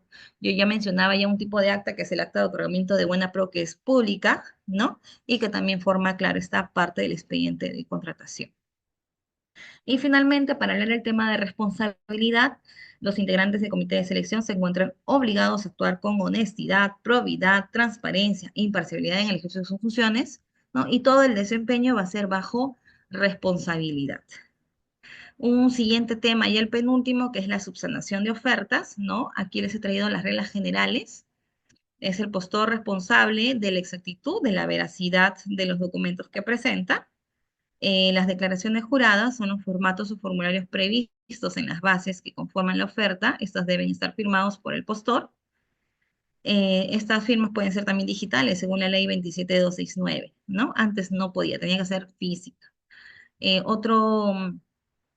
Otra regla general de la documentación que forma parte integrante de las ofertas es que los demás documentos deben ser visados por el postor en caso de persona jurídica, por su representante legal, apoderado o mandatario designado, y en el caso de persona natural, por este mismo o su apoderado. Bien, no se acepta bajo ningún motivo el pegado de la imagen de una firma o visto. Ahora bien, según la opinión 011-2019 de la Dirección Técnico Normativa del OCE, ¿por qué se permite subsanar las ofertas? Uno es para conservar la mayor cantidad posible de ofertas, ¿no? Y que pueda existir este escenario de competitividad para que la contratación que realicemos sea bajo las mejores condiciones técnicas y económicas que existen en el mercado. Por eso es que permiten subsanar, ¿no? Y también nos dice que las disposiciones que regulan el proceso de contratación deben ser aplicadas o interpretadas de forma tal que se prioricen fines, metas, objetivos de la entidad por encima de la realización de formalidades no esenciales. Bien, en cuestión de oportunidad, ¿cuándo puedo subsanar las ofertas? Puede ser durante la admisión, durante la calificación y durante la evaluación. ¿Quién realiza la solicitud de la subsanación? Únicamente el órgano encargado de llevar a cabo el procedimiento solicita la subsanación a través del portal web del SEACE, de manera electrónica. Para ello también tenemos un plazo. ¿Y qué cosas se puede subsanar? También cualquier cosa no se puede subsanar, ¿no? El plazo que otorga el órgano encargado es menor, no puede ser menor a un día hábil ni mayor a 3 días hábiles. Y se puede subsanar alguna omisión o corregir algún error material o formal de los documentos presentados, siempre y cuando no alteren el contenido esencial de la oferta. Ahora ya lo vamos a ver. Es necesario también mencionar que, según la opinión 064-2022 de la DTN del OCE, hay una diferencia entre error material y error formal. El error material es aquel no atribuible a la manifestación de voluntad o razonamiento contenido en el acto, sino al soporte material, precisamente, que lo contiene y que no altera lo sustancial del contenido. Mientras que hablamos de un error formal, acá referido precisamente a las formalidades, ¿no? Que no inciden tampoco en el contenido esencial o alcance de la oferta. Ahora bien, ¿qué cosas se pueden subsanar? Esos son los supuestos. La omisión de información en formatos y declaraciones juradas, como ya lo he mencionado, ojo, que sean distintas al plazo y al precio de la oferta económica. También podemos subsanar, de pronto me equivoqué en la nomenclatura, el procedimiento de selección, estaba muy nervioso, muy apurado y se cumplía el plazo. Eso puedo subsanar. La falta de firma o foliatura del postor también lo puedo subsanar. La legalización notarial de alguna firma, en el caso de las promesas de consorcio, me faltó legalizar, puedo presentar la legalización, pero no puedo cambiar el contenido de la promesa de consorcio. Puedo también subsanar la traducción en tanto se haya presentado el documento objeto de la traducción. Aquí es muy claro, tanto el artículo 59 como 60 del reglamento de la ley de contrataciones, que esa traducción debe ser oficial, ¿no? Por un traductor certificado colegiado. Otro punto es los referidos a fechas de emisión de denominaciones en las constancias o certificados por entidades públicas y las omisiones u errores en los documentos emitidos por alguna entidad pública o privada que ejerza función pública. Entonces, finalmente acá es importante saber, ¿se puede subsanar? Sí, la rúbrica de la filiación. ¿Qué no se puede subsanar? La falta de firma en la oferta económica. Si me faltó la firma, ya fui. Ahí sí no puedo subsanarlo, ¿no? Y en el caso de divergencia entre precio y números, va a prevalecer este último, el que está escrito en letras, ¿no? También la oferta económica puede corregirse siempre y cuando sea en un sistema de contracción de precios unitarios, ¿no? Va a corresponder al órgano encargado de realizar dicha corrección aritmética. Esta debe constar en una acta y no va a implicar la variación de los precios unitarios ofertados. Y finalmente aquí ya tenemos el tema de la participación en consorcio, ¿no?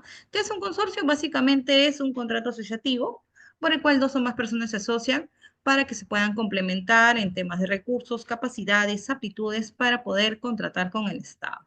Bien, se va a prever la participación de consorcios para complementar sus calificaciones independientes del porcentaje de participación de cada uno de los integrantes, ¿no?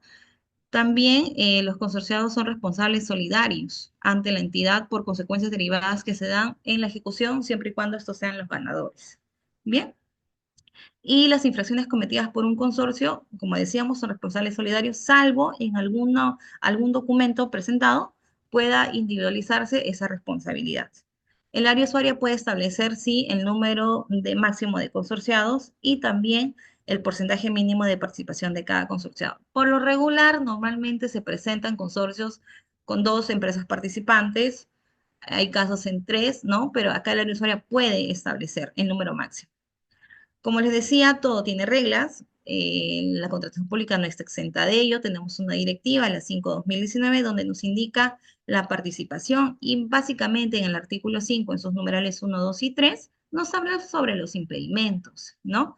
Que los integrantes no deben estar impedidos, suspendidos ni habilitados. No pueden presentar tampoco ofertas individuales. Si son un consorcio, uno solo, no es que cada uno por su lado, ¿no? Deben de tener sí o sí vigente su inscripción en el Registro Nacional de Proveedores, ¿no? Y en el caso de consorcios basta que uno de ellos, de los integrantes, se haya registrado como participante y dicho integrante obviamente tiene que estar inscrito en el RNP, pero eso no quiere decir que los demás se eximan de ello, no, también tienen que tener su inscripción vigente en el RNP. Hablamos de una promesa formal del consorcio, esta la van a presentar al momento de las ofertas, ¿no? Se llama promesa formal del consorcio, que tiene ítems obligatorios, es el contenido mínimo, que está también en la directiva. Uno, van a identificar los integrantes del consorcio, básicamente sus datos generales, van a designar también al representante común, que es su representante, digamos, son dos o tres empresas, uno de ellos lo representa, ¿no? Es el representante común. También hablamos de un domicilio común del consorcio. Si son dos o tres empresas, ¿a dónde voy a notificar? Ah, ya tengo un domicilio común. Ese es el que corresponde todas las notificaciones durante la etapa de ejecución en caso este sea el ganador, ¿no? También podemos ver que en esta promesa formal del consorcio tenemos a las obligaciones de los integrantes del consorcio, quién se va a encargar de facturar, quién se va a encargar de presentar los documentos, quién se va a encargar de la ejecución, ¿no? Y finalmente, el porcentaje de las obligaciones de cada uno de los integrantes. ¿Puedo modificar algún contenido mínimo de la promesa formal del consorcio? Sí, pero es mínimo. ¿no? Lo que puedo modificar es únicamente la designación de mi representante común o el domicilio común. Y para hacer dicha modificación, todos los integrantes deben suscribir el acuerdo de modificación y este debe ser comunicado a la entidad vía notarial. ¿Qué no puedo modificar? Los integrantes del consorcio no puedo modificar. La obligación de los integrantes tampoco puedo modificar y tampoco puedo modificar el porcentaje de las obligaciones. Entonces, ¿qué quiere decir? Que no puedo incorporar, sustituir o separar a algún integrante. Ojo, esto es en la promesa formal del consorcio. Cuando hablo de un contrato de consorcio como tal, es cuando ya perfecciono, cuando ya yo he ganado la buena pro. ¿Qué debe contener? La información mínima que ya lo hemos mencionado en la diapositiva anterior, salvo las modificaciones permisibles, ¿no? Que son domicilio, representante común. Debo de identificar al integrante del consorcio a quien se le va a efectuar el pago y emitir la factura, esto es de acuerdo a las obligaciones, y consignar las firmas legalizadas ante el notario de cada uno de los integrantes del consorcio. Y ya finalmente, de manera adicional, en ningún caso puede aceptarse que en lugar de contrato se presente nuevamente la promesa formal de consorcio, que fue parte de la oferta. Aquí ya se presenta el contrato de consorcio como tal. No recordamos que este tiene que ser notarial y si hay algún cambio permisible únicamente de representante o domicilio común, debe ser el acuerdo entre todos los integrantes y de manera notarial. Bien, eso ha sido todo por hoy. Creo que me he quedado muy chica. Muchísimas gracias a toda la audiencia por su atención.